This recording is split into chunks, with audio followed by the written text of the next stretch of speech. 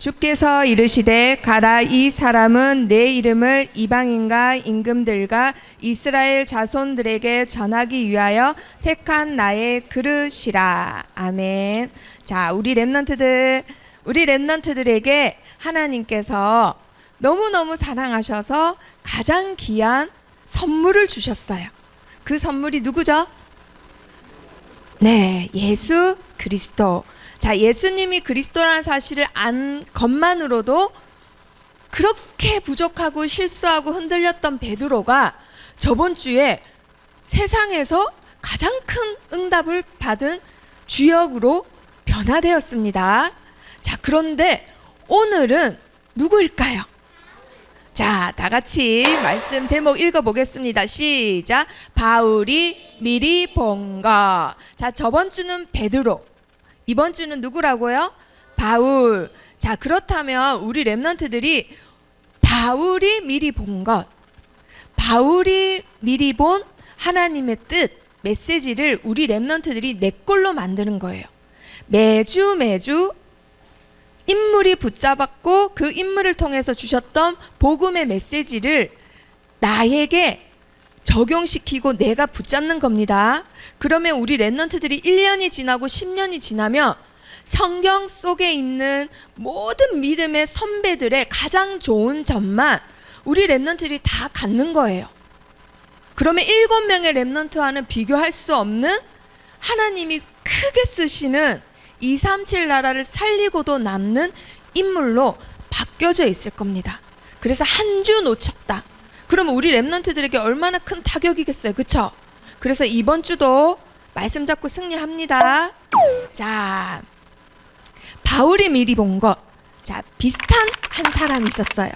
성 어거스틴이라는 사람이 있는데 이 사람은요, 자기가 어찌할 수 없는 인생의 답답함이 있었어요. 너무너무 머리가 복잡한 그 번뇌가 있었어요. 그래서 그게 너무너무 끔찍하고 힘들어서 그걸 회피하려고 뭘 선택했느냐? 이걸 선택했어요. 인생의 재미있고 쾌락, 당장 재밌는 거, 당장 얻어지는 거, 그것을 선택했습니다. 그래서 여자친구도 굉장히 많았고 맨날 술 먹고 집에 안 들어가고 이런 생활을 반복을 했어요. 너무나 쾌락에 빠져있고 방황하는 삶을 살았던 사람이 바로 어거스틴이라는 사람이에요. 그런데도 그 번뇌가 해결이 안 돼서 영적으로 너무너무 목말라서 자기를 굉장히 끝으로 몰아넣었어요. 자기 자신을. 영적으로 너무너무 갈급하니까 물을 아무리 마셔도 목이 계속 마른 거예요. 그래서 자기 자신을 어디다가 밀어넣느냐? 종교로 밀어넣습니다. 이때 당시에 마니교라는 종교 이단에 자기 자신을 몰아넣었어요. 그런데 여기에 가서도 영적인 갈급함이 해결이 안 되는 거예요. 자, 그러다가 어느 날 성 어거스틴이 이렇게 저렇게 계속 방황을 하는데 어머니는 아들이 방황하는 것을 눈으로 보고 계셨겠어요? 계속 기도를 했던 거예요. 그러다가 어느 날 동네 아이들이 밖에서 뛰어노는데 들어라 읽어라 노랫소리가 들리는 거예요. 그 지금 말하면 어린이 주일학교에서 뭐 배우는 동요 비슷한 찬양인데 들어라 읽어라 이런 음악 소리가 들린 거예요. 그래서 그 음악 소리에 따라서 자기가 집에 있는 성경책을 딱 들고는 그냥 폈어요. 그냥 폈는데 무슨 말씀이 딱 나왔느냐? 하필이면은 그냥 딱 폈거든요. 낮에와 같이 단정히 행하고 방탕하거나 술 취하지 말며 음란하거나 호색하지 말며, 내가 지금 하고 있는 건데 오직 주 예수 그리스도를 옷 입고 정욕을 위하여 육신의 일을 도모하지 말라. 로마서 13장 13절 말씀이 딱 나오는 거예요. 와, 하나님 다 나를 아시고 하시는 말씀 같아. 그때 인생이 쾅 하고 머리에 벼락을 맞은 것 같이 굉장히 충격을 입고는 사람이 변화되었습니다. 그래서 지금 우리가 알고 있는 성 어거스틴이 된 거예요. 그때 중세 기독교의 가장 유명한 성인으로 모든 사람이 존경하고 지금도 이 사람이 지은 기독교 서적을 많은 목사님들이 읽고 공부를 하는 그런 사람으로 변화됐던 거예요. 굉장히 정말 쾌락주의에 빠졌던, 방탕주의에 빠졌던 사람인데, 자, 그리고 어떤 한 사람이 또 있습니다. 이 사람도 이름 들으면 다 아는 사람이에요. 자, 누굴까요? 마틴 루터라는 사람이에요. 자, 중세 시대 말기에 이 사람이 살았단 말이에요. 그런데 그때 시대의 분위기는 굉장히 어둡고 컴컴했어요. 그러던 어느 날 자기 집 근처에 있는 독일 사람이에요. 이렇게 멀리 떨어져 있는, 이렇게 집도 멀리 있고 이렇게 한적한 그 논밭 비슷한 그런 밭을 지나고 있는데 위에서 갑자기 쾅 하고 뭐가 떨어진 거예요? 벼락이 탁 떨어진 거예요. 그런데 그 벼락에 옆에 같이 밤에 길 가던 친구가 맞아가지고 같이 그냥 이렇게 얘기하는데 맞지 했는데 친구가 죽어버렸어요. 그래서 그때부터 이 사람이 사실은 마음속에 뭐가 있었냐면요, 나는 죄 많은 인간인데, 나는 죄가 많은 인간인데, 언젠가는 벼락을 맞아 죽을 인간인데, 그게 있었거든요. 그런데 어느 날 친구가 진짜 벼락 맞고 죽은 거예요. 그래서 이 사람이 더 눌리기 시작했어요. 아, 나는 죄가 해결이 안 됐는데 언젠간 나도 벼락 맞아 죽겠지, 이래가지고 너무 무서워서 아빠가 반대하고 엄마가 반대하는데도 뭐가 됐을까요? 그때 당시 신부가 됐어요. 신부. 사자가 돼서는 매일매일 기도하고 예배드리고, 매일매일 기도하고 예배드리는데 이유는 하나밖에 없어요. 내 죄 때문에 언젠간 벼락 맞을 것 같아. 그 무서움이 있어서 계속 그 무서움 때문에 계속 열심히 고난에 고행을 합니다. 그런데 그때 뭐가 있었냐면 중세 교회에 힘들게 계단을 올라가면서 돈도 줘야지 천국 간다라는 잘못된 종교가 있었어요. 복음이 종교화돼 버린 거예요. 그때 이 루터가 저 수도 맨 꼭대기 방에 올라가서 또 혼자서 그 죄를 하려고 열심히 기도하다가 성경책을 그냥 딱 폈거든요. 그런데 그때 나온 말씀이 뭐냐? 하필이면 이 말씀이 나오는 거예요. 내가 복음을 부끄러워하지 아니하노니 이 복음은 하나님의 능력이다. 그리고는 믿음으로 믿음에 이르게 하나니 오직 의인은 뭘로 산다고요? 난 여태까지 힘들게 살았는데, 난 여태까지 열심히 했는데, 뭐든 열심히 했는데, 누구보다 열심히 했는데, 누구보다 성경책 많이 읽고 기도 많이 하고, 누구보다 예배 생활 많이 했는데, 뭐 때문에요? 죄 해결 받으려고. 그런데 하나님 말씀에 로마서 1장 16절에 세상에 모든 의인은 믿음으로 말미암아 산다고? 이게 하나님의 의라고? 하고 그 순간 쾅 부딪혀 왔어요. 그래서 그때부터 종교에 눌려있던 루터가 아니라 중세 교회를 이끌어갔던 중심 인물로 루터가 서게 됩니다. 그래서 중세 말기를 이렇게 마무리하는 중심 인물로 우뚝 서게 돼요. 이 사람 때문에 우리가 지금 성경책을 읽고 있고, 그리고 복음이라는 것을 듣고 있는 거예요. 자, 그런데 어거스틴하고 루터뿐만 아니라 자, 수많은 사람이 있습니다. 기독교 교리를 정리한 칼빈이라는, 그리고 우리 랩런트들이 조금 있으면 우리 믿음의 교회 초등부가 철러 역정을 읽을 거예요. 조금씩. 그 철러 역정을 감옥에서 지은 존 버년이라는 사람, 그리고 감리교를 만든 웨슬리라는 사람, 이 모든 사람의 특징이 로마서라는 하나님의 말씀을 듣고는 인생이 바뀌었던 사람이에요. 인생이 완전히 바뀌었던 사람이에요. 뭐 때문에 그렇게 됐다고요? 로마서. 자, 그리고 어떤 학자님을 소개하겠습니다. 자, 이분은 지금은 돌아가신 분이에요. 자, 그런데 이 사람 보니까 이제 영국 출신의 옥스퍼드 대학의 뭐 굉장히 영국 대표 뭐에다가, 이 사람이 왜 유명하냐면 역사의 연구라는 책이 12권이 있어요. 그것을 평생에 걸쳐서 연구해서 그 작품을 남기고 75년에 돌아가신 분이에요. 자, 그런데 이분이 이 지금 들고 있는 이 책, 이 12권이 전집이에요. 이 역사의 연구라는 책에 어떤 글이 있느냐? 이 글이 들어가 있습니다. 바울이 드로아에서 배를 타고 마게도니아 지방으로 건너갈 때 오늘의 발달된 유럽의 문명이 그의 배에 실려 있었다. 한마디로 유럽이 산업혁명을 주도하고 전 세계를 제패하고, 그리고 그 영국이 전 세계를 제패했을 때 기독교에 대한 자유, 그 신앙의 자유 때문에 배를 타고 대서양을 건너서 어디로 갔죠? 미국을 갔어요. 미국에 가서는 미국이라는 나라를 지금 만들었단 말이에요. 그 사람들을 보고 청교도라고 합니다. 그 청교도가 기독교 국가인 미국을 만들고 그 미국에서 선교사님들을 파송해서 지금 우리나라에 교회가 세워지고 우리에게까지 복음이 들어온 거예요. 그리고 우리가 알고 있는 우리나라의 유명한 병원, 대학 다 선교사님들이 세우신 거예요. 누구 때문에 이 일이 시작됐다고요? 역사학자가 평생을 거쳐 연구했는데 한 배 때문에 그렇게 됐대요. 한 배. 드로아에서 출발하여 유럽에 도착한 한 배. 그 배에 누가 타고 있었다고요? 바울. 바울과 디모데와 실라가 탔던 그 배가 유럽에 도착하자마자, 사실은 그때 당시 유럽은 가난했거든요. 그리고 먹고 사는 게 조금 부족했어요. 날씨도 안 좋고 땅이 척박했어요. 왜냐하면 땅이 농사를 하려면 밭이 좋아야 되는데 안에 뭐가 있었게요? 시멘트가 있고 석탄이 있고 이러니까 벼가 안 자라는 거예요. 그래서 좀 상대적으로 가난했는데 바울이 도착하고 복음을 전하고 사람들의 머리에 덮였던 흑암이 걷어지고 생각이 바뀌기 시작하니까 어떻게 됐을까요? 와, 우리가 이 땅에 살고 있는 거 하나님의 이유가 있는 거야.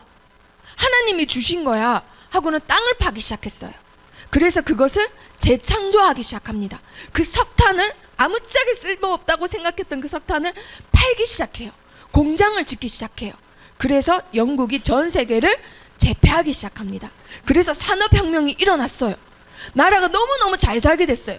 그래서 부자가 된 사람들이 야, 우리가 한 나라를 그냥 만들어버리자 이런 생각을 해요. 그래서 큰 배를 타고 어디로 갔다고요?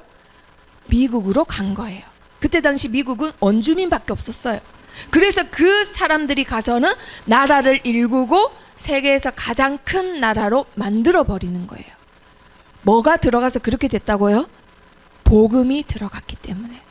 자, 이 모든 일에 주역이 있었는데 그 주역이 누구라고요? 바로 바울입니다. 이방인의 사도로 하나님이 부른 그릇, 바로 바울이에요. 그런데 사실은 바울이란 사람은 사실은 어떤 사람이냐? 사실은 이런 사람이에요. 자기가 빌립보서에서 자기 자신을 이렇게 소개합니다. 나는 8일 만에 할례를 받고 이스라엘 족속이여 베냐민 지파여 히브리 중에 히브리인이요. 율법으로는 누구라고요? 바리새인. 바리새인은 유대인 중에서도 조금 더 높은 계급이에요. 그런데 바리새인 중에서도 율법의 의로는 뭐가 없다고요? 흠이 없대요. 이게 우리 렘넌트들 얼마나 대단한 말인지 알아요?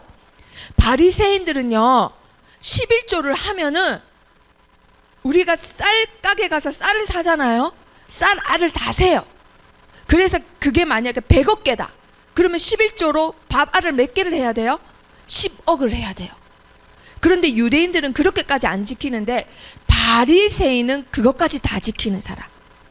성경에 있는 율법만 지키는 사람들이 아니라 입으로 전해져 내려오는 조상님들이 말씀하신 율법까지도 지키는 사람을 말해요.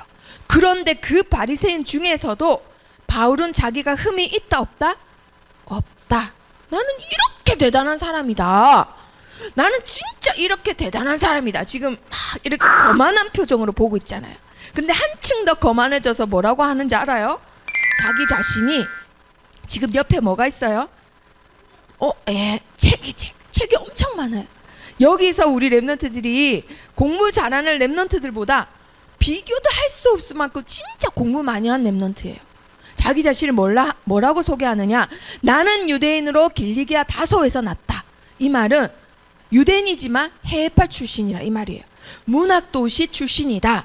이 성에서 자라 가멜리의 문화에서 율법의 엄한 교훈을 받고는 자랐다라고 자기 자신을 자랑하는 거예요. 지금 자, 그런데 여기에 가말리엘의 문화라는 말이 나옵니다. 지금 말하면 전 세계에서 제일 유명하고 똑똑한 대학 이름 뭐예요? 하버드 대학이죠. 자, 그러면 하버드 대학에서도 제일 공부 많이 하는 애들이 가는 데가 어딜까요? 하버드 대학 안에 가정의학과 뭐 이런 걸까요? 아니면 법대일까요? 법대죠. 한마디로 하버드 대학 로스쿨에 들어가서 공부했던 사람이에요. 들어가기도 힘들지만 사실은 들어가서도 거기서 버티는 게 더 힘들거든요. 인간 이하의 삶을 살아야 된대요. 하루에 4시간 이상 자면은 죽음이래요.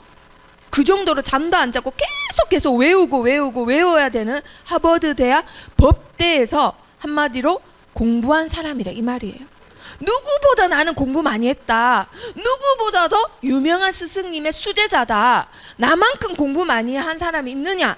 나만큼 바리새인 중에 바리새인 있느냐? 이 말을 유대인 앞에서 했던 사람이에요. 자, 그런데 이런 사람이, 이렇게 대단한 바울이 어떻게 루터도 변화시킬 로마서를 만들고 어떻게 세계 역사의 판도를 완전히 바꿔버릴 그런 선교 주역이 됐냐 이거예요 지금. 자, 우리 렘넌트들, 바울 당시에 바울은 예수님의 제자였을까요? 제자가 아니었을까요? 제자 아니었어요. 그래서 예수님이 십자가에 못 박혔을 때 직접 그 자리에 있었는지 손만 들었는지 모르겠지만 마음속으로는 꼬시다 했을 거예요. 뭐? 지가 하나님이라고? 으이그 죽어라 이랬을 거예요. 자, 그런데 그 예수님이 소문에 들어보니까 뭐 했다고요? 그 예수님이 부활을 했대요. 부활을 하셔서는 다시 제자들 앞에 나타나서는 이런 말을 했대요. 소문에, 지금 바울이 소문에 의해서 듣는 거예요. 너희는 예루살렘 떠나지 말고 내게 들은 바 아버지께서 약속하신 뭐를 기다려라? 성령을 기다려라. 성령이 임하면 너희가 뭐 할 거기 때문에? 우리 렘넌트들, 자, 저번 주에 외웠는데요. 다 같이 읽어보겠습니다. 시작. 오직 성령이 너희에게 임하시면 너희가 권능을 받고 예루살렘과 온 유대와 사마리아와 땅 끝까지 이르러 내 증인이 되리라 하시니라. 아멘. 오, 우리 렘넌트들 다 외웠네요. 자, 성령이 임하니까 첫 번째, 예루살렘에 변화가 일어난대요. 그 예루살렘 초대교회에 오로지 기도에 힘썼더니 약속하신 뭐가 임했나요? 성령이 임했습니다. 그러니까 예루살렘을 변화시킨 주역 누구일까요? 이 사람 누구였어요? 예수 그리스도 이름으로, 그렇죠, 베드로가 안진뱅이를 일으킵니다. 수많은 표적을 보여줍니다. 그러니까 3,000명 5,000명 믿고 초대교회가 점점점 부흥했댔어요. 자, 그 다음에 어디까지 또 복음이 간다 했죠? 유대. 자, 온 유대를 변화시킨 사람 누구였을까요? 베드로. 자, 이 사람 누굴까요?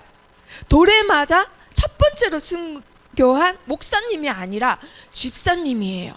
네, 스데반 집사님.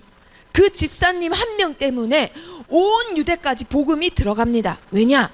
성 안에서 사람을 함부로 죽일 수 없어서 성 밖에 나가서 돌로 쳤는데 그때 복음이 성 밖에까지 퍼져나가게 됐어요. 자, 그 다음에 어디라고요? 사마리아. 자, 사마리아는 누가 변화시켰을까요? 주역이 누굴까요? 자, 지금 이렇게 잘생기신 분에게 복음을 전한 누굴까요? 흑인에게 최초로 복음을 전한 사람이에요. 빌립. 목사님도 아니고 또 누구라고요? 집사님. 집사님을 통해서 이제 사마리아 지방까지 복음이 들어가요. 그래서 빌립 때문에 요한도 가고 베드로도 가게 됩니다. 자, 그리고 이제는 누구라고요? 어디까지라고요? 땅 끝까지 가야 돼요. 땅 끝까지. 초대교회, 베드로, 스데반, 빌립, 이제는 땅 끝까지 가야 되는데, 자, 여기서 퀴즈를 내겠습니다. 땅 끝까지 누가 갈까요? 자, 미나, 바울이 갈까요? 아니래요. 선생님이 가신대, 선생님이. 자, 아니 맞았어요. 바울이에요. 선생님 가기 전에 바울이 갔어요. 자, 그러면 바울이 어떻게 가게 됐는지 한번 보겠습니다. 자, 아까 스데반 집사님이 돌에 맞아 죽었다 했죠. 자, 그런데 그 자리에 돌을 손에 안 들었는데 헌옷수거함을 운영하는 헌옷집의 사장님도 아닌데 옷을 많이 들고 있는 청년이 한 명 있었대요. 자, 우리 랩런트들 다 같이 읽어볼까요? 시작. 성 밖으로 내치고 돌로 칠세 증인들이 옷을 벗어 사울이라 하는 청년의 발 앞에 두니라. 옷을 많이 벗어서 사울 앞에 왜 뒀을까요? 사울이라는 청년이 헌옷수거함 장사하나요? 그러면 도대체 뭐 할까요? 뭐 하길래 옷을 다 벗어서 얘한테 하필이면 줬을까요? 얘가 옷을 좀 달라 했나? 추위를 많이 타나? 자, 그때 당시에 유대인들의 자기네들만의 법이 있었는데 뭐냐? 만약에 지가 하나님이라 하거나 얘가 하나님이라 하거나 하나님을 모욕하면 돌로 쳐서 죽일 수 있었어요.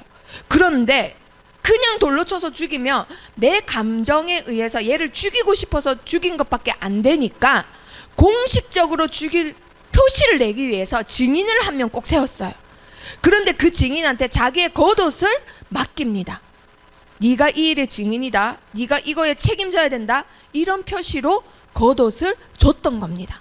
그래서 스데반을 죽일 때에도 겉옷을 들 사람이 필요했는데 이 일의 모든 일의 책임자가 바로 사울이었던 거예요.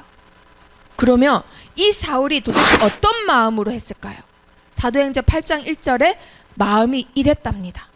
이렇게 못된 사람이었어요. 이렇게 악한 사람이 누구라고요? 바울이라는 사람이에요. 세상에 착한 사람 아닙니다. 너무 착해서 지옥 갈 사람들이 불쌍해서 선교했던 사람 아닙니다. 이렇게 못된 사람이에요. 근데 그게 끝이 아니라 차라리 잘됐다, 이때 그냥 모조리 다 죽여버리자 하고는 모조리 남자든 여자든 싹 다 잡아서 감옥에 넣어 죽여라 라고 명령을 내렸던 사람이에요. 대제사장한테 허가를 받아서 증이 있어요. 그래서 사람을 자기가 마음대로 죽일 수가 있는 거예요. 그리고 이제 예루살렘에 있는 사람만 죽이면 속이 안 시원해. 더 많이 죽이고 싶어. 죽이고 또 죽이고 싶어. 예수님이 하나님이라는 인간들 다 죽이고 싶어. 이러고 있을 때에 하나님을 믿는 사람들, 그때 초대교회 사람들 어떻게 했을까요? 흩어져요. 사울이 너무 악랄하게 사람들을 죽이고 괴롭히니까 흩어져서는 어디까지 갔을까요? 안디옥 지방까지 갑니다.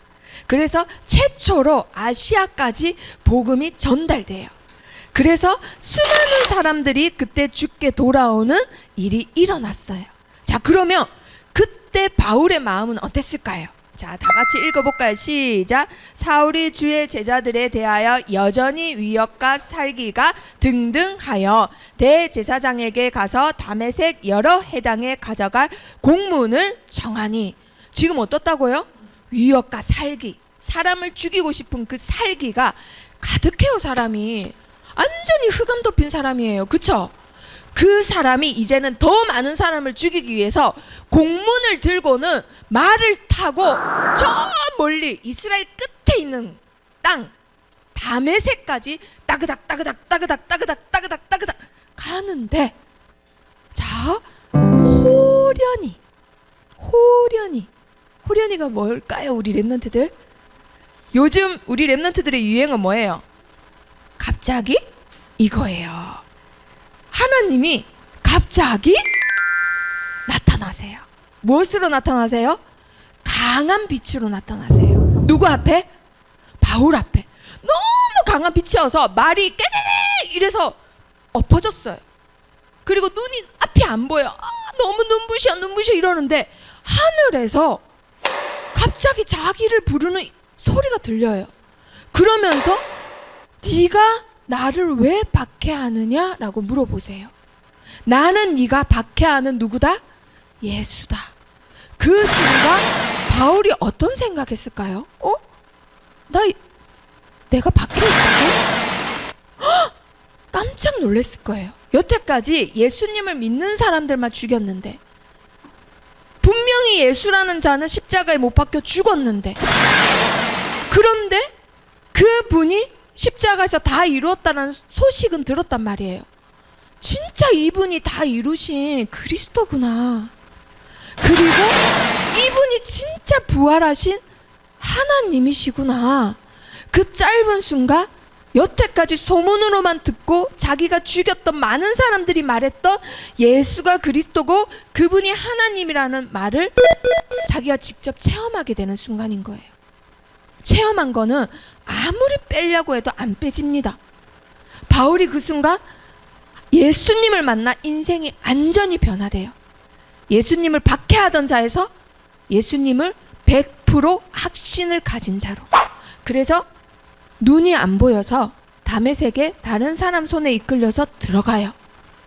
그리고 먹지도 않고 물도 안 마시고 3일 동안 눈이 안 보여서는 계속 기도만 하는 거예요. 아니, 내가 여태까지 박해했던 자들이 진짜네. 아니, 십자가에서 죽었던 그 자가 진짜 하나님이네. 아니, 진짜 그분이 하나님 맞네. 계속 기도하고 기도하는데 하나님은 뭐 하셨을까요? 그 시장 안에 하나님을 잘 믿는 아나니아라는 사람이 있었어요. 그분에게 하나님이 심부름을 시키는데, 아나니아는 하나님, 그 사람은 예수님이 있던 자를 박해하던 자예요 하고 안 가려는 거예요. 그때 예수님이 이 말씀을 하신 거예요. 아까 우리가 읽었던 말씀. 그는 내가 이방인을 위해서 택한 나의 그릇이다. 가서는 안수를 하는데 눈꺼풀이 벗겨지고 사울이 이제는 눈을 뜨게 됩니다. 그리고 세례를 받고는 아나니아한테 복음을 정립을 하고는 드디어 이제는 시작하는 거예요. 뭘 시작하는 거예요? 땅끝까지 가는 사역을 시작하는 거예요. 자, 처음에는 베드로부터 시작했습니다. 스데반이 죽었습니다. 빌립이 사마리아로 갔습니다. 그런데 여전히 우리끼리 은혜 나누고 우리끼리 복음 듣고 우리끼리 좋아요. 땅끝까지 가려 했는데 아직 아무도 안 가요. 땅끝까지 이르러 내 증인이 되리라 했는데 아무도 땅끝을 안 가요. 그런데 그것을 시작한 사람 누구라고요? 바울이에요. 자, 시작하자마자 뭐 하나요? 돌에 맞아요. 네, 시작하자마자 이고니온에서 바나바와 같이 돌에 맞았다가 죽은 줄 알고 쓰레기장에 던졌는데 살아서 또 들어가서 전도를 해요. 이게 첫 번째 선교 여행이었습니다. 자, 그리고 두 번째 선교 여행, 데살로니가 가기 전에 루스드라를 들렸는데 그곳에 하나님이 평생 복음을 위해서 목숨을 걸 제자 한 명을 붙여주셨어요. 그 제자 이름이 누군가요? 누구라고요? 내 아들아, 누구라고요? 디모데. 자, 하나님이 디모데 붙여주셨어요. 그리고 아까 그 학자가 말했던 그 배를 타고 드로아에서 드디어 유럽을 향해서 갑니다. 성령의 이끄심을 따라서 디모데와 실라 함께 갔더니 하나님이 유럽에 도착하자마자 준비하신 산업인을 만나게 해요. 이 산업인은 옷을 하나를 파는데 그 옷이 하나가 얼마라고요? 그때 1억이라고 했습니다. 엄청나게 비싼 옷을 파는 옷감 장수 루디아를 만나게 하세요. 그래서 그 루디아 집이 교회가 돼요. 그리고 그 교회를 중심으로 전도를 하는데 그 동네에 귀신이 엄청 심하게 든 여자가 있었어요. 그래서 그 여자한테 귀신이 든 것을 예수 그리스도 이름으로 떠나가라 했는데 어떻게 됐을까요? 매를 맞았어요.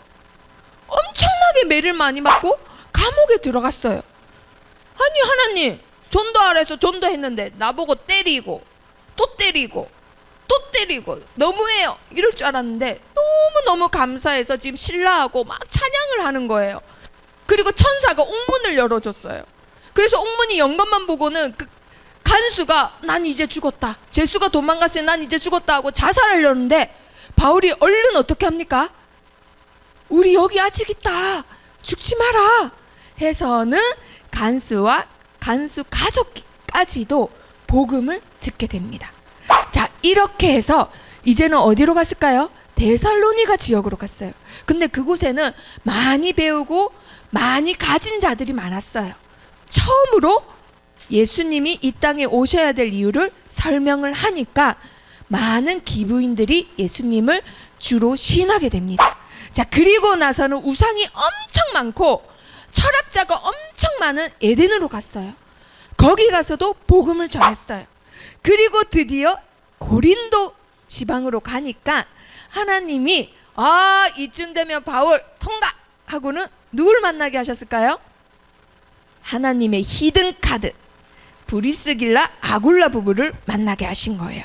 맞고 죽고 죽을 뻔하다가 하나님한테 통과되니까 시대적인 하나님의 히든카드를 만나게 하신 거예요. 이분들이 끝까지 바울을 위해서 생명을 던지는 산업인 부부가 됩니다. 자, 그렇게 해서 바울이 3차 여행을 시작하려고 다시 안디옥 교회로 왔어요. 자, 그런데 하나님이 어떻게 하시는지 볼래요? 하나님이 지금 어떻게 하세요? 바울의 손에 하나님의 능력을 줘서는 죽은 자도 살리고 병든 자도 고치고 귀신 들린 자도 치유시킵니다. 그러니까 에베소에 엄청난 소동이 일어나고 난리가 난 거예요. 그때 되면은 다른 사람 같으면 그곳에서 아마 큰 교회를 세워서 큰 목회를 했을 텐데 바울은 그랬을까요? 그러지 않았을까요? 그러지 않았어요. 왜 그러지 않았을까요? 어디까지 가야 되기 때문에. 그렇죠. 땅끝까지 가야 돼요. 그때 지금 다니가 말한 대로 이 말을 하는 거예요. 로마. 자, 이렇게 하고는 에베소의 마지막 교인들이 가지 마세요 목사님, 가면 죽습니다 가지 말라고 말렸지만은 눈물로 마지막 설교를 하고는 예루살렘에 가자마자 어떻게 됐나요? 역시나 잡혔어요. 드디어 바울이 잡혔어요. 이제 죽어야 돼요. 죽어야 되는데 지금 또 뭐 하고 있어요? 지금 또 전도하고 있어요. 또 천부장한테 나 마지막으로 말 한마디 하게 해주라 하니까 백성들 앞에서 또 얘기를 합니다. 내가 사실은 예수님을 비방하고 박해한 자요, 살인한 자요, 이런데 내가 지금 예수님을 만나서 이 일의 증인이다. 이 말을 하니까 유대인들이 또 듣고 어떻게 했을까요? 저놈 죽여야 돼. 예수가 하나님이라 했어. 죽여야 돼. 이 말을 했어요. 자, 그러니까 또 이제는 제사장들 앞에서 이제 재판을 받는 거예요. 그때 바울이 나는 오늘까지 양심에 따라 하나님을 섬겼다라고 고백을 합니다. 그러니까 또 제사장들이 또 화가 나서 그럼 우리는 양심이 없는 거야? 하고는 죽이려고 하는 거예요. 이제 죽이려고 감옥의 방에 딱 들어갔는데 감옥 안에서 죽이려고 유대인들이 싹싹 귓속말을 하고 있는데 바울이 또 하나님의 음성을 들어요. 하나님이 이제는 바울이 했던 말을 인용해서 하시는 거예요. 바울아, 담대해라. 예루살렘에서 나의 일을 증언한 것 같이 로마에서도 증언하여라 하리라. 너는 여기서 죽는다, 안 죽는다? 안 죽는다라는 거예요. 자, 그래서 바울이 힘을 얻고 다음 날 또 어떻게 했을까요? 이제는 베스도 총독 앞에서 나 로마 시민권자다, 함부로 때리면 안 된다 하고는 가이사 앞에 나는 상소하겠다, 나를 로마로 데려가라, 이 말을 했어요. 그러니까 베스도 총독하고 아그리빠 왕이 듣고는 뭐라 할까요? 네가 많이 배우더니 드디어 네가 미쳤구나. 드디어 네가 미쳤구나. 이 말을 해요. 그때 바울이 내가 오늘 내 말을 듣는 모든 사람들이 나처럼 묶인 거 외에는 나처럼 되길 원한다라는 말을 합니다. 자, 이렇게 해서 배를 타고 로마로 이송이 되는데 이 배가 어떻게 됐나요? 엄청나게 큰 풍랑을 만나게 돼요. 그래서 물건도 다 집어 던지고 하는데도 배가 곧 깨질 것 같은 거예요. 그래서 사람들이 어떡해, 우린 이제 죽나봐 이러는데 바울이 어젯밤에 하나님이 하신 말씀을 증언을 해요. 어젯밤에 하나님이 무슨 말을 했을까요? 세 번째로 이 말을 하는 거예요. 두려워하지 말라. 네가 가이사 앞에 서야 하겠고. 자, 그러면 우리 랩런트들 풍랑 만나도 배에 빠져도 바울이 죽는다, 안 죽는다? 안 죽는다라는 거예요. 돌에 맞아도 안 죽고, 채찍에 맞아도 안 죽고, 감옥에 들어가도 안 죽고, 풍랑에 맞아도 안 죽고. 그래서 멜레데 섬에 들어가자마자 아까 뭐에 물렸나요? 아까 뭐에 물렸어요? 뱀에 물렸어요. 독사에. 독사에 물리면 죽어야 되는데 3달 동안 추장도 영접시키고, 추장 가족도 영접시키고, 그 섬의 원주민 싹 다 영접시키고 훈련시키고 했는데도 죽었을까요? 안 죽었을까요? 또 안 죽었어요. 그래서 3달 뒤에 드디어 배가 고쳐져서, 그 배 고쳐진 것을 타고는 어디로 갔나요? 로마로 드디어 도착을 합니다. 그렇게도 가고 싶었던 로마에 3차 선교 여행을 마치고 죽을 위기를 수도 없이 거치고는 로마로 도착했는데, 그때 한 말씀 다 같이 읽어볼까요? 시작. 그래서 우리는 이와 같이 로마로 가니라. 로마 땅에 도착하자마자 이 말씀을 적은 거예요. 이와 같이 우리가 왔다. 이건 무슨 말일까요? 우리 렘넌트들이 복음 들고 가는 길에 어려움 있을 수 있습니다. 죽음의 위기 있을 수 있습니다. 근데 응답도 올 수도 있어요. 그리고 왕따도 당할 수 있어요. 억울한 일 당할 수 있어요. 그리고 누가 뭐래도 안 된다 해도 혼자 외롭게 갈 때도 있습니다. 그래도 결국은 그게 다 언약의 여정 속에 있다라는 거예요. 우리 하나님이 우리 렘넌트들에게 주신 약속은 하나님이 반드시 성취하세요. 그래서 가는 길에 있는 모든 여정은 가정이라는 거. 자, 그렇게 해서 로마로 간 바울은 2년 동안 집 감옥에 갇혀요. 그래서 거기서 뭐 했을까요? 하나님의 나라와 주 예수 그리스도에 가는 모든 것을 담대하고 거침없이 전합니다. 그렇게 사도행전이 28장 31절로 끝이 나요. 왜 그렇게 끝이 날까요? 지금도 그 사도들의 행진은 계속되고 있기 때문에. 자, 그렇다면 우리 렘넌트들 바울이 했던 고백 다 같이 읽어봅니다. 시작. 나를 능하게 하신 그리스도 예수 우리 주께 내가 감사함은 나를 충성되이 여겨 내게 직분을 맡기심이니. 이 모든 일을 내가 잘나서 했다? 아니라는 거예요. 오히려 감사합니다. 바울은 하나님이 나를 써주신 것에. 자, 그러면 두 번째 퀴즈. 자, 그렇다면 지금까지 사도행전을 통해서 짧게 추격해서 사도행전 내용을 다 본 거예요. 그럼 우리 렘넌트들 바울이 미리 본 게 무엇일까요? 바울이 미리 본 거. 히즈. 세계복음화. 자, 판사하면서 그거 우리 렘넌트들 다시 퀴즈 맞추고요. 그러면 자, 바울이 그때 당시 교회를 핍박한 이유가 있어요. 자, 그거를 우리 렘넌트들이 한번 보는 거예요. 자, 유대인들이 그때 당시 문화가 무슨 문화냐? 유일하신 하나님을 믿는 믿음을 갖고 있어요. 유일신인 하나님. 그래서 하나님이 만약에 인간의 몸으로 왔다, 절대 안 되는 거예요. 그 말을 해도 돌에 맞아 죽어요. 그런데 그때 당시 유대인이 살았던 문화는 헬라 문화예요. 헬라 문화는 무슨 문화냐? 신이, 그 위대하신 신이 감히 저 연약한 인간의 몸으로 온다? 그것도 돌에 맞아요. 그래서 이러나 저러나 예수님이 하나님이라고 하는 거는 이단이고 죽어야 되는 죄예요. 그런 유대인 중에 유대인, 히브리인 중에 히브리인, 바리새인 중에 바리새인으로 누가 어려서부터 교육받고 자랐다고요? 바울이. 그것도 반에서 꼴찌한 게 아니라 반에서 몇 등 했다고요? 1등. 종교에서 1등. 그리고 그 나라에서도 1등 했던 사람이 바울이에요. 그럼 최고의 유대인의 지식을 갖고 있는 사람이 예수님이 하나님이란 말을 들으면 화가 나요, 안 나요?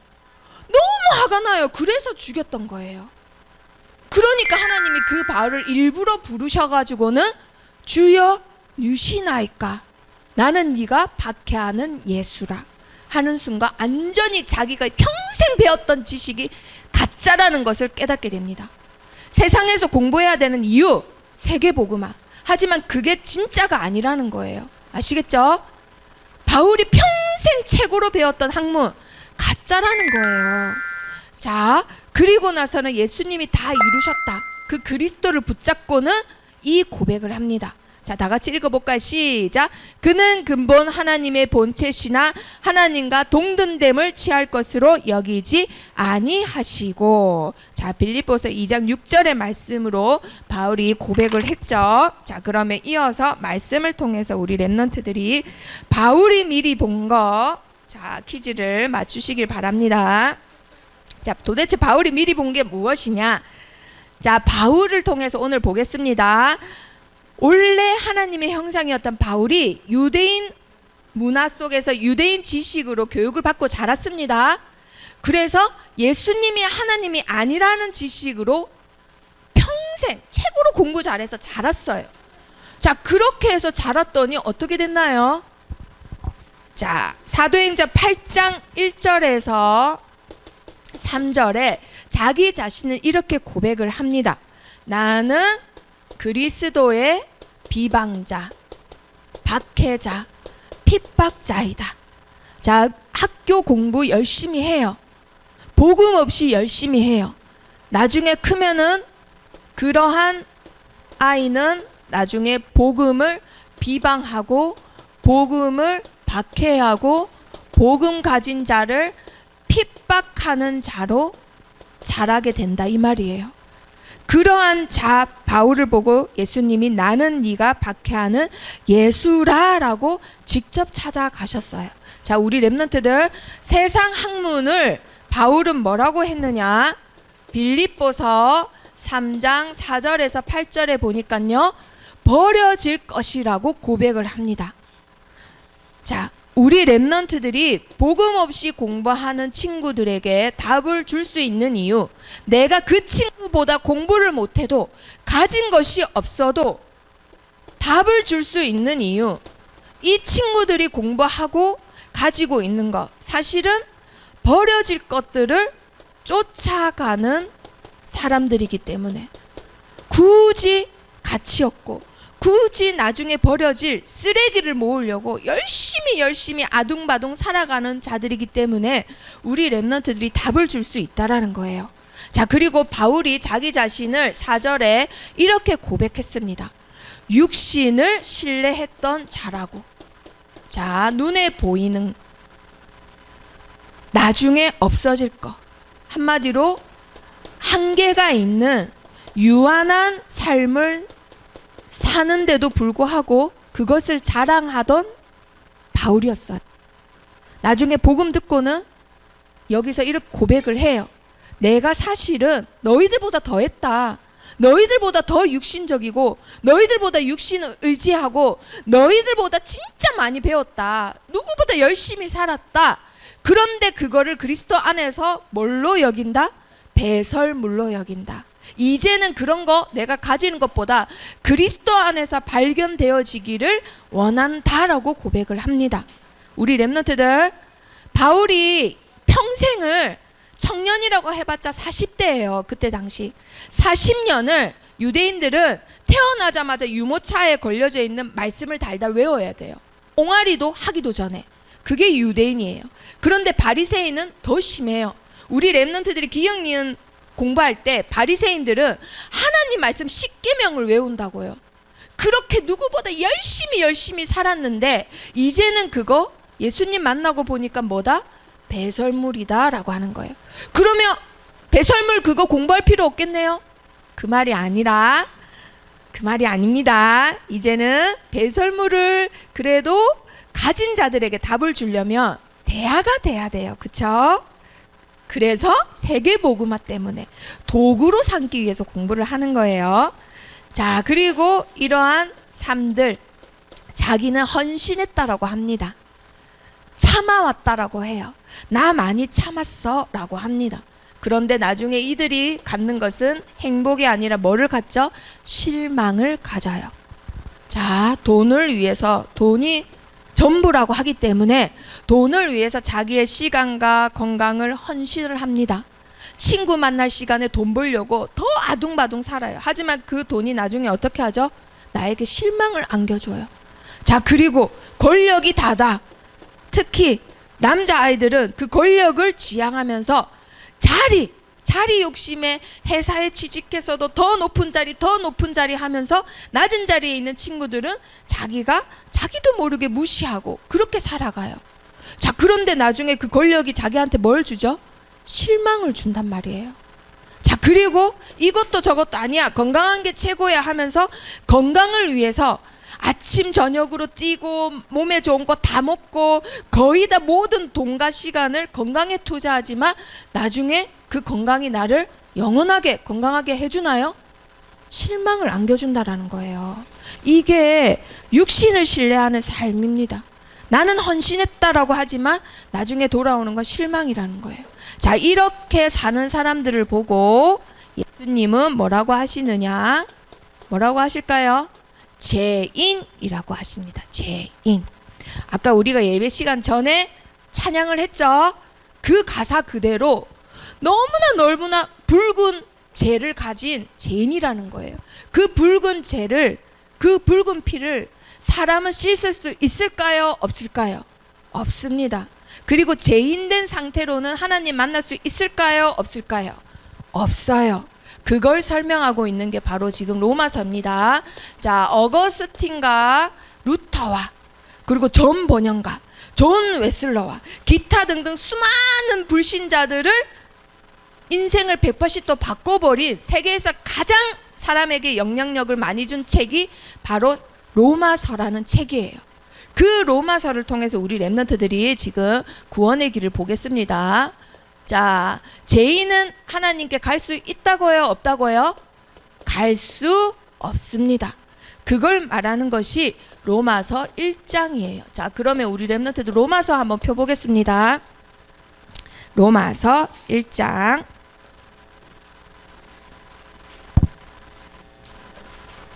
사도행전 뒤에 있습니다. 로마서 1장 19절, 20절.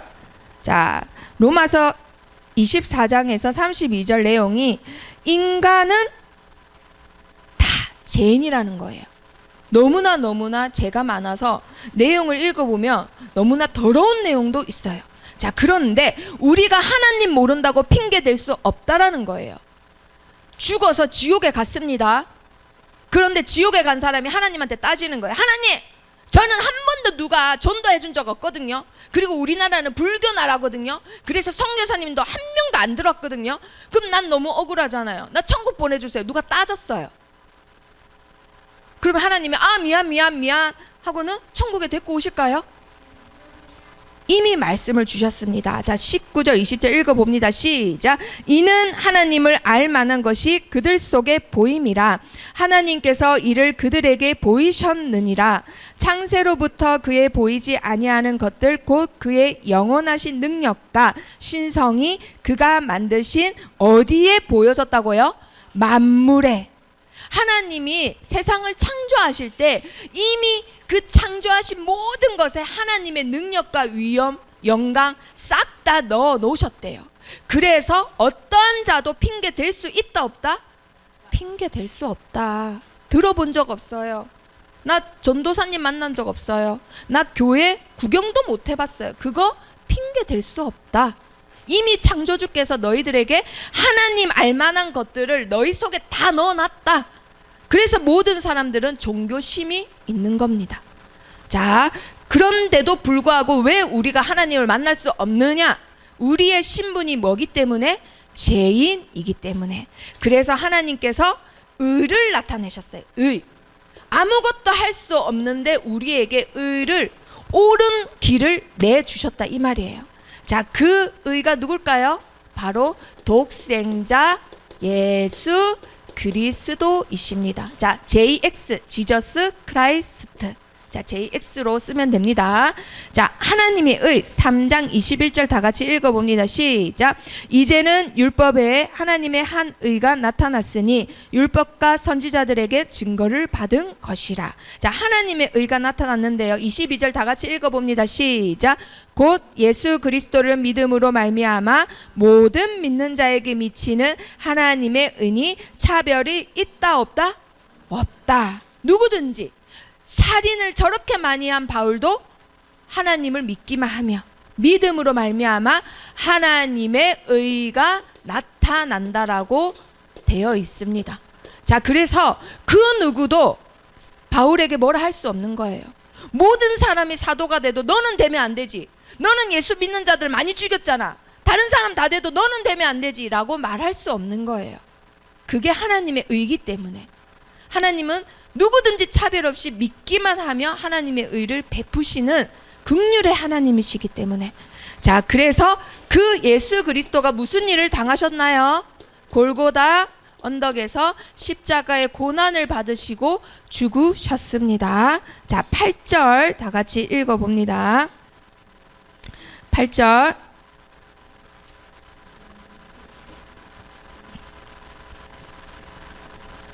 8절 그 8절이 아니고 5장 8절. 자, 5장 8절 시작. 우리가 아직 죄인 되었을 때에 그리스도께서 우리를 위하여 죽으심으로 하나님께서 우리에 대한 자기의 사랑을 확증하셨느니라. 아멘. 우리가 아직 연약할 때, 우리가 아직 죄인 되었을 때 기약대로 누가 죽으셨다고요? 예수님께서 죽으시고 뭘 하셨느냐? 21절 5장 21절 읽어봅니다. 시작. 이는 제가 사망 안에서 왕노릇한 것 같이 은혜도 또한 의로 말미암아 왕노릇하여 우리 주 예수 그리스도로 말미암아 뭐에 이르게 하신다고요? 영생. 우리를 위해서 고난 받으시고 죽으신 이유가 뭐 때문이라고요? 우리에게 뭘 주기 위해서? 영원한 생명을 주기 위해서. 우리가 죄인이기 때문에 어디까지나 열심히 살고 노력을 하더라도 유한한 삶이에요. 유한한 삶. 죽음에 갇혀 있는 삶. 죽을 수밖에 없는 삶. 아무리 건강하고 아무리 권력 있고 돈이 있어도 죽을 수밖에 없는 죽음에 갇혀 있는 유한한 삶인데, 하나님의 한 의가 나타나서는 예수님이 죽으심으로 말미암아 우리는 어떤 삶을 얻었다고요? 영원한 생명.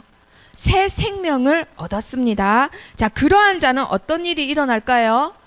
더 이상은 죄를 물으실까요? 안 물으실까요? 묻지 않으십니다. 하나님이 그 죄인들의 죄를 기억하실까요? 안 하실까요? 더 이상은 기억하지 않으십니다. 서준이가 엄마한테 거짓말했는데 엄마가 오늘도 야단쳤는데 내일도 야단치고 1년 뒤에도 야단쳐요, 안 쳐요? 서준아, 안 쳐요? 쳤다고 했어야죠. 자, 그렇죠. 자, 그런데 하물며 우리는 야단칠 때 있더라도 하나님은 기억하신다, 안 하신다? 절대 안 하신다라는 거예요. 그래서 바울이 이것의 확신 가지고 끝까지 할 수 있었던 겁니다. 누가 뭐라 해도 바울은 사실은 자기보다 잘난 사람 없어서 사람의 말 신경 안 쓰는 스타일이에요. 그런데 자기 자신 안에서 너는 예수님 박했던 자잖아, 니 까진 게 무슨 선교사야 하면은 그 순간 자기가 무너지는 거예요. 그런데 바울이 가졌던 거 뭐라고요? 제3의 확신. 그게 있었던 거예요. 그게 누구보다 확신을 갖고 있었기 때문에 끝까지 할 수 있었던 겁니다. 오히려 감사하는 마음으로. 자, 그래서 우리 예수님은, 하나님은 절대 우리 렘넌트들의 죄를 기억하지도 않으시고 묻지도 따지지도 않으신다라는 것. 그래서 말씀으로 확인해 보겠습니다. 6절부터 읽어보겠습니다. 시작. 우리가 알거니와 우리의 옛사람이 예수와 함께 십자가에 못 박힌 것은 죄의 몸이 죽어 다시는 우리가 죄에게 종노릇 하지 아니하려 함이니.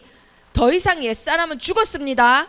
아시겠죠? 믿는 순간 옛사람이 죽고 14절 읽어보겠습니다. 시작. 제가 너희를 주장하지 못하리니 이는 너희가 법 아래에 있지 아니하고 어디 안에 있다고요? 은혜 아래. 더 이상은 제가 우리 렘넌트들 괴롭히지 못합니다. 아시겠죠? 혹시나 우리 렘넌트들이 도둑질 한 적 있어요? 혹시나 그것보다 더 못된 거 한 적 있어요? 렘넌트인데도 학폭을 일으킨 적 있단 말이에요. 그러면 전학 가고 계속 눌려 살아. 평생 죽을 때까지. 그러면 돼요, 안 돼요? 한 번 회개하고 하나님께 용서받았으면 그만이에요. 그 다음부터는 사단이 까리를 트는 거란 말이에요. 아시겠죠? 하나님은 묻지도 따지지도 않으세요. 용서하고 끝이란 말이에요. 끝. 아시겠죠? 자, 18절 또 읽어봅니다. 시작. 죄로부터 해방되어 의에게 종이 되었느니라. 해방받았습니다. 아멘. 우리는 제3의 해방받은 자예요. 아시겠죠? 이것에 확신이 있어야 돼요. 아시겠죠? 그래서 루터처럼 흔들리면 안 되는 거예요. 아, 제 용서받았나 제 용서받았나 하면서 맨날 계단을 무릎으로 오르고 기도 열심히 하고 그거 하나님이 바라지 않는다라는 거예요. 아시겠죠? 자, 그러면 그러한 자는 어떻게 되느냐? 더 이상 아무도 뭐라고 할 수 있을까요? 없을까요? 없습니다. 하나님이 없다 했는데 감히 인간 주제에 뭐라 할 수 없는 거예요. 하나님이 바울을 용서하셨는데 감히 누가 네가 저번에 살인했잖아, 살인한 목사님은 필요 없습니다, 이 말 할 수 있어요? 없어요? 없다라는 거예요. 자, 그래서 8장 2절 읽어봅니다. 자, 이번 주 우리 랩런트들의 미션, 자, 읽습니다. 시작. 이는 그리스도 예수 안에 있는 생명의 성령의 법이 죄와 사망의 법에서 너를 뭐 하였다고요? 해방하였음이라. 아멘. 해방받았습니다. 우리는 해방받은 자입니다. 자, 그래서 이제부터는 뭐만 하면 되느냐? 새로운 사명이 하나 생겼습니다. 죄에서 더 이상 눌릴 필요도 없고 옛사람에 눌릴 필요도 없어요. 죄에서 해방받은 자는 뭐만 하면 되느냐? 8장 39절 읽어봅니다. 시작. 39절 시작. 높음이나 깊음이나 다른 어떤 피조물이라도 우리를 우리 주 그리스도 예수 안에 있는 하나님의 사랑에서 끊을 수 없으리라. 아멘. 그 누구도 끊지 못하는 하나님의 사랑 안에서 헤엄치시면서 사시면 돼요. 아시겠죠? 그냥 하나님과 소통하시면서 사시면 됩니다. 자, 그런데 여기까지는 예루살렘에 머물러 있던 사람들, 성령이 임했는데도 예루살렘에 있던 사람들, 자, 온 유대에 있던 사람들, 사마리아 갔던 사람들까지만 여기입니다. 그냥 하나님의 사랑에서만 헤엄치며 살다가 천국 가시는 분들. 자, 그런데 지금 이 자리에 있는 모든 선생님과 랩런트들은 어디까지 가야 될까요? 237 땅 끝까지 가라고 하나님이 이 자리에 부르셨어요. 자, 그러한 자들은 특별한 말씀을 주셨어요. 자, 로마서가 몇 장까지 있을까요? 18장까지 있습니다. 16장까지 있습니다. 자, 16장의 반은 8이에요. 자, 8장으로 끝납니다. 그 다음부터는 땅 끝까지 갈 사람들에게 주는 말씀. 자, 10장 9절 읽어봅니다. 10장 로마서 10장 9절 10장 9절. 자, 다 같이 한 목소리로 237 나라 살려 우리 랩런트들 10장 9절. 하윤이 잘하고 있어요. 자, 다 같이 읽어봅니다. 시작. 내가 만일 내 입으로 예수를 주로 시인하며 또 하나님께서 그를 죽은 자 가운데서 살리신 것을 내 마음에 믿으며 뭐를 받으리라? 구원을 받으리라. 오직 믿음으로 말미암아 뭐를 받는다고요? 구원. 자, 그런데 믿으려면은 누가 말해줘야 돼요. 그쵸? 그런데 들으려면은 또 누가 말해줘야 돼요. 말하는 사람이 없으면 못 듣고 들어본 적이 없으면 못 믿는 거예요. 자, 그 말씀이 13절 14절에 있는데 14절만 읽어보겠습니다. 시작. 그런즉 그들이 믿지 아니하는 일을 어찌 부르리요? 듣지도 못한 일을 어찌 믿으리요? 전파하는 자가 없이 어찌 들으리요? 그러면서 11장 5절에 읽어봅니다. 시작. 그런즉 이와 같이 지금도 은혜로 택하심을 따라 누가 있다고요? 남은 자들이 있느니라. 아멘. 아직도 하나님이 생명책에 적어 놓으시고 택하신 자들이 있다고요? 없다고요? 있다고요. 그런데 하나님은 이들을 구원하시는 유일한 방법을 세련되게 하시는 게 아니라 굉장히 미련한 방법으로, 누가 가서 꼭 전해야 되는 방법으로 하셨답니다. 자, 12장 로마서 12장 2절. 그래서 우리 랩런트들, 이렇게 제3을 받은 우리 랩런트들, 제3을 받은 렘넌트들, 237 나라 땅끝까지 가야 될 우리 렘넌트들, 이제는 세상 풍조 따라서 살아가는 것이 아니라 누구의 뜻대로 살아간다고요? 하나님의 뜻. 이게 하나님의 뜻이에요. 자, 그럼 말씀 확인해 봅니다. 시작. 너희는 이 세대를 본받지 말고 오직 마음을 새롭게 함으로 변화를 받아 하나님의 선하시고 기뻐하시고 온전하신 뜻이 무엇인지 분별하도록 하라. 아멘. 하나님의 선하신 뜻은 뭐예요? 전도와 선교예요. 하나님의 기뻐하시는 뜻은 뭐예요? 전도와 선교예요. 왜? 아직도 택하심을 따라 남은 자들이 많기 때문에. 자, 이 자리에 있는 우리 렘넌트들은 예루살렘에만 있을 렘넌트 없습니다. 사마리아에만 있을 렘넌트들 없습니다. 아시겠죠? 어디까지 가야 된다고요? 땅끝까지. 땅끝까지. 237 나라 살릴 그릇으로 우리 렘넌트들을 택하셨단 말이에요. 아멘. 자, 그래서 바울이 이런 예수님을 만나고 나서 삶이 어떻게 바뀌었느냐, 디모데전서 1장 13절에 보니까요, 자기 자신을 자 고백을 하는데요. 자, 1장 디모데전서 1장 13절 읽어드리겠습니다. 내가 전에는 비방자요 박해자요 폭행자였으나 도리어 긍휼을 입은 것은 내가 믿지 아니할 때에 알지 못하고 행하였음이라. 자, 여기서 뭐를 받았다 했죠? 자기가 긍휼.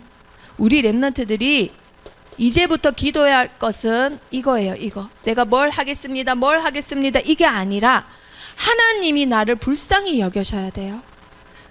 그리고 어떻게도 안 변하는 렘넌트, 어떻게도 안 변하는 우리 아빠 엄마, 어떻게도 안 변하는 우리 가문, 하나님이 불쌍히 여기시면 하나님이 찾아오시는 거예요. 바울을 찾아오신 예수님이 우리 아빠에게 찾아오시고 우리 가정에 찾아오시는 겁니다. 긍휼이 우리 렘넌트들. 자, 서연아, 다니아 한번 쳐다보세요. 뭐가 느껴져요? 아, 웃고 있네요. 자, 그러면 찬미야, 찬미 현주 한번 쳐다보세요. 뭐가 느껴져요? 아, 오늘 처음 봤나요? 자요. 자, 그러면 윤주가 소희 한번 쳐다보세요. 자, 뭐가 느껴져요? 아, 그러면 소희야 뒤로 언니 한번 쳐다보세요. 뭐가 느껴져요? 불쌍하다고요? 맞았어요. 그게 긍휼이에요. 긍휼. 자, 불쌍히 여기는 거. 그것만큼 하나님이 우리를 불쌍히 여기는 만큼 좋은 게 없어요. 아시겠죠? 하나님 나를 긍휼히 여겨주세요. 하나님 오늘도 예배를 놓친 우리 모연이 긍휼히 여겨주세요. 우리 렘넌트들이 기도하시는 겁니다. 자, 그리고 자기 자신을 이렇게 또 고백합니다. 디모데전서 1장 15절에 바울이 뭐라고 했느냐? mit보다 모든 사람이 받을 만한 이 말이여, 그리스도 예수께서 죄인을 구원하시려고 세상에 임하셨도다. 우리 렘넌트들, 예수님이 어떻게 하셨다고요? 찾아오셨다고요. 우리가 찾아가는 거는 종교예요.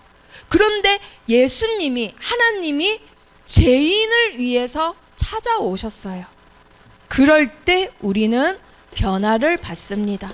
오직 예수 그리스도로만 사람이 바뀔 수 있습니다. 그래서 하나님 막 열심히 몸부림치고 하는 게 아니라 그리스도로 변화되게 해주세요. 기도하십니다. 자, 그리고 바울이 자기 자신을 또 이렇게 고백했습니다. 내가 예수 그리스도를 믿고는 어떻게 바뀌었느냐? 옛날에는 진짜 누구보다 열심히 헌신하고 살았던 나이지만 이제는 뭐를 향해서 산다? 표대를 향해서. 표대를 향해서. 그 표대가 뭘까요? 그리스도 안에 하나님이 나를 위해서 부르신단 말이에요. 막 바울아 여기까지 와야지, 땅끝까지 와야지, 나랑 같이 가자. 그리스도 안에서 하나님이 위해서 부르신단 말이에요. 그 부름의 상을 위해서 달려가노라 라고 고백했습니다. 그 달려가노라가 저번에 말씀 풀이할 때 뭐라 했죠? 단거리 100m 선수처럼 땅 하면 팍 가듯이 폭발한다 이 말이에요. 폭발. 내 인생을 이제는 내가 여기서 폭발하면서 살겠다라고 고백을 한 거예요. 자, 그래서 이제는 제3을 받은 우리 렘넌트들, 누구를 본받아 산다? 그리스도. 그리스도를 본받아서 사는 삶이 되기를 축복합니다. 자, 그때 일어나는 일. 나는 뭐 안 돼요. 응답 없어요. 그런 렘넌트들 이거 붙잡는 거예요. 이제는 재창조의 응답이 일어나요. 그때 당시에 절대 안 되는 일을 누가 맨 처음에 했을까요? 바울이 했습니다. 그때 당시에 세계 선교 아무도 안 했습니다. 그때 당시에 예수님이 그리스도라고, 예수님이 하나님이시라고 유대인에게 전 세계를 돌면서 말한 자 아무도 없었습니다. 그리고 전 세계 이방인으로만 된 교회에 가서 복음을 전한 자 아무도 없었습니다. 절대 불가능한 것을 절대 가능으로 바꾸는 역사, 누굴 통해서 일어난다고요? 이 말씀, 제3 확신 가지고 237 나라 품겠다라고 언약 붙잡은 렘넌트 통해서 일어나는 거예요. 아멘. 자, 그래서 우리 렘넌트들 죄인이 아니라 이제는 237 땅 끝까지 가는 뭐가 됐을까요? 가는? 그렇죠. 증인이 되는 거예요. 죄인이 아니라 증인으로, 죄인으로 지옥에 가는 게 아니라 237 나라 땅끝까지 증인으로 가시는 우리 렘넌트가 되기를 축복합니다. 자, 그렇다면 다시 퀴즈 두 번째. 자, 그렇다면 바울이 미리 본 거 뭘까요? 바울이 미리 본 거. 자, 바울이 이게 있어서 끝까지 안 흔들렸다 했잖아요. 퀴즈. 전도, 신비, 오직 예수, 단위. 십자가로 뭐가 됐나요? 십자가로 뭐가 됐나요? 자, 소희. 네, 부활하신 그리스도로 뭐가 됐죠? 자, 그리스도 안에만 이게 있습니다. 자, 윤희. 그렇죠. 제3의 확신. 자, 그걸 미리 봤다 이 말이에요. 그때 당시에 유대인들은 제3의 확신이 없어요. 오로지 종교생활, 오로지 예수님 믿음의 끝인데 그거에 확신이 없으니까 항상 뭘 남겨뒀단 말이에요.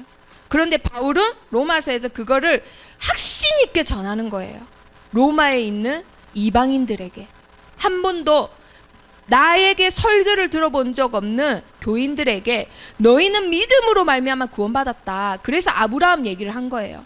너희가 아는 아브라함, 하나님이 의롭다 했지만 할례 받기 전에 이미 믿음으로 의롭다 한 거다. 그 예를 든 거예요. 하도 못 알아들으니까. 아시겠죠? 행위가 아닙니다. 믿음으로 구원받는 겁니다. 아시겠죠? 자, 제3의 확신, 그게 있었습니다. 그리고 그거 가진 렘넌트들은 어디까지 가는 거라고요? 237 땅끝까지 가는 거예요. 이제부터는. 자, 결론. 우리 렘넌트들. 자, 저번 주에 누구를 통해서 말씀드렸죠? 베드로 중심으로 그리스도 말씀드렸습니다. 그런데 베드로가 사실은 성경의 사도행전 13장부터는 안 나와요. 안 나와요. 그런데 여전히 베드로는 예루살렘 교회의 기둥입니다. 담임 목사님이라 이 말이에요. 자, 그리고 나중에는 어디까지 갔을까요? 저기 로마 교회까지 가서 담임 목사님이 돼요. 자, 우리 렘넌트들 잘 생각해 보세요. 그래서 그 증거가 지금 로마 가운데 바티칸이라는 곳이 있습니다.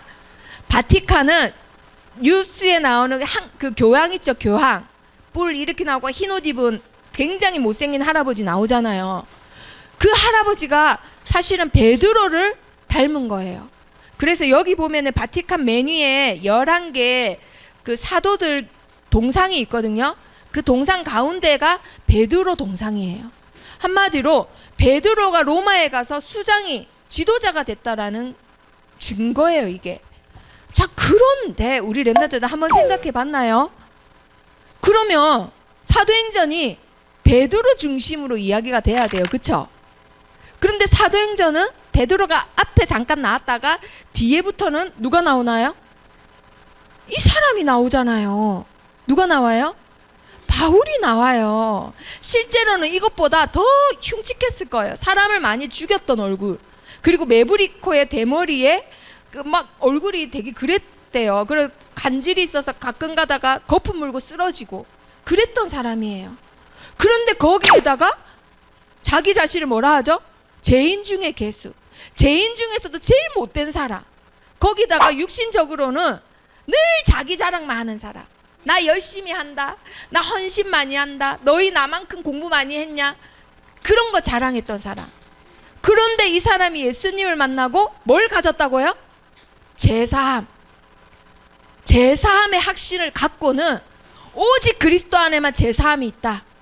오직 그리스도의 피로만 제사함이 있다.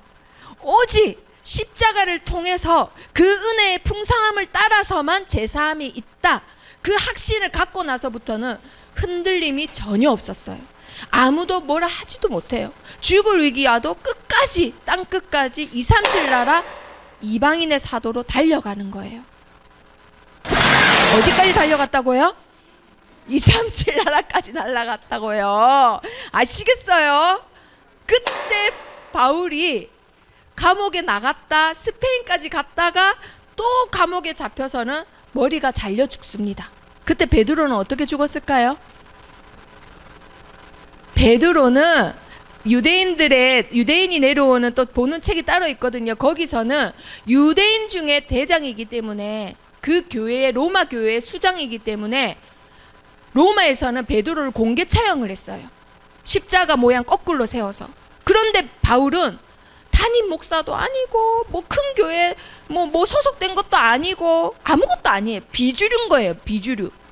주인공이 아니라 이 말이에요. 로마 군대가 보기에는, 정치적으로 보기에는 베드로가 지도자고 얘는 지도자가 아니라서 그냥 아무도 안 보는 데서 그냥 앉혀놓고 머리를 잘라 죽였다니까요. 근데 베드로는 공개 처형을 한 거예요. 우리 랩런트들. 근데 잘 생각해 보세요. 이 성경 책은 누구의 말씀이에요? 하나님 말씀이에요.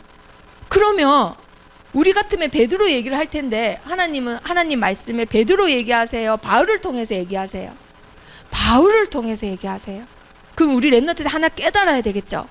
왜 하나님은 바울을 얘기하시고 베드로는 얘기 안 하시지?